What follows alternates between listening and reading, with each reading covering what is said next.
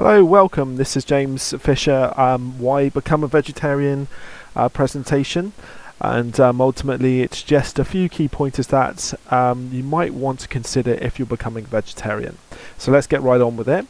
Ultimately, what's the problem? Although throughout history people have been eating meat and herding cattle, it's embedded in so many different cultures around the world, in tradition and in trade, from the farmer's market to the supermarket to the stock market.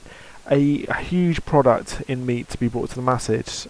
Christmas turkey, I'm sure you're well aware, on Christmas Day, local carveries, barbecues, etc., etc., fast food, choice cuts of protein, and a primary topic for TV chefs. So what is the problem with meat?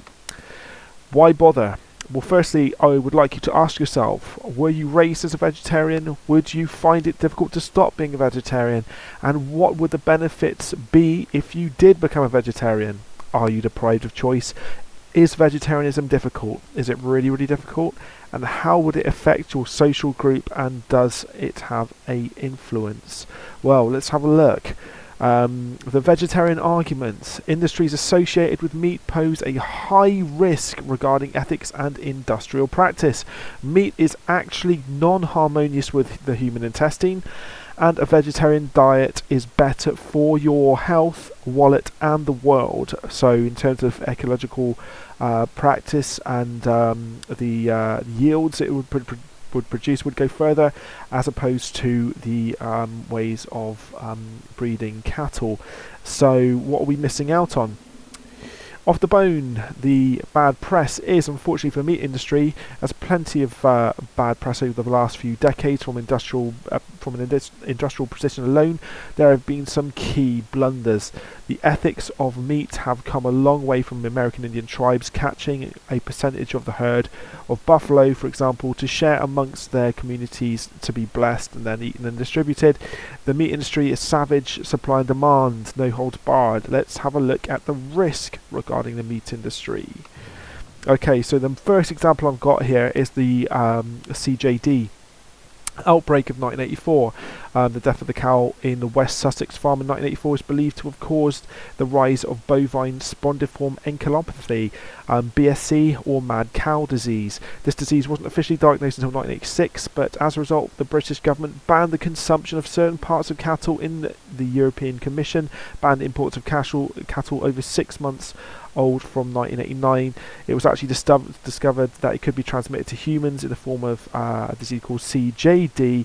Fast food giant McDonald's in the UK also got involved by pausing the sale of its beef products in restaurants. Not good press. The next example I have is the horse meat scandal of 2013. The FSAI tested a range of frozen food beef burgers and meat products from supermarkets. It's still unclear how the investigation came about, but the health organisation identified horse DNA in over 1/3 of beef burgers. The next example would be, and I won't go into all of the statistics that you have in front of you, but you can read at your own leisure if you want to pause.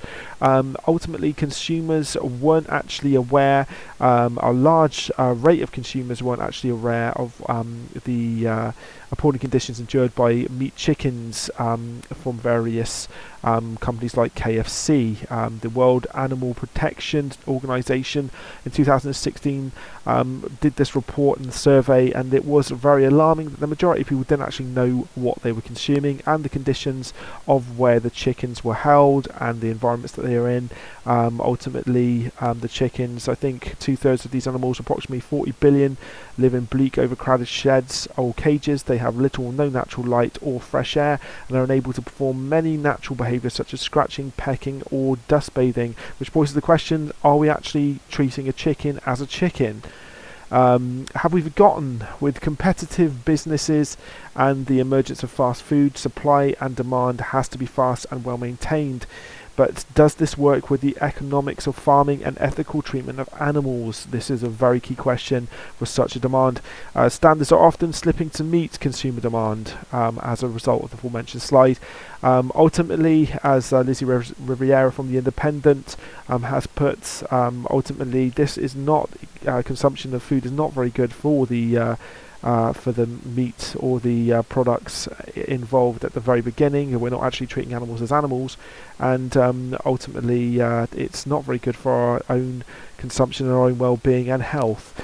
It's non-harmonious, so ultimately, just to summarise a few key points here, your intestinal organ will have to work 5 times as hard to digest meat, and as a result of it actually weakens the digestive grooves inside if you do consume meat, and consuming meat carries larger amounts of bacteria. Ideally, being vegetarian is cleaner and harmonious with your body, increasing digestion and decreasing illness. Food and the logistics of farming is better for the land and goes a longer way, and it can be distributed further amongst people rather than one meal and having to kill 1,000 chickens just for one person's consumption over the course of a year is not really good maths. Ultimately, being a vegetarian as well does save you a lot of money in terms of your supermarket shopping. So is it worth the suffering? Probably not. If you think hard about the food culture and its ethics, you will be challenged as an omnivore. Animals are not products. With the current rate of consumption, people are often disconnected with the slaughter of the animal and the suffering involved. Here's an example of how many lives would be needed if we protest our taste as part of our senses. But is it worth the life of an animal and the environment? Just for a few, I don't know, an American statistic here, 288 chickens over 10 years. That's a lot of chickens for somebody to eat, and there's an example of pigs and cows as well, and a farmer putting up a nice cauliflower by the looks of it. It's probably better that your food goes a long way because you're not hurting as many living entities. So it's common sense. According to Sivananda Yoga Vedanta Center, there are over 800 million hungry people in the world today, and every 2 seconds a child dies from malnutrition. Up to 60 million people in developing countries die from hunger-related diseases. Food in poorer countries is systematically being fed to animals so that the meat can be sold to more prosperous nations, and that's ignoring the issue of the malnutrition that's happening around them for human beings. So in the so-called developed countries, millions are being spent on injuries to tackle obesity and slimming. Doesn't make a lot of sense. So let's try it. Save your money, save your health, and save the environment. Save lives, boycott bad industry, and strengthen your stomach and safety. And as Albert Einstein said, nothing will benefit human health and increase the chances of survival of life on Earth as much as the evolution of a vegetarian diet. God bless you all. I hope you've enjoyed my presentation. This is James Fisher, and I'm checking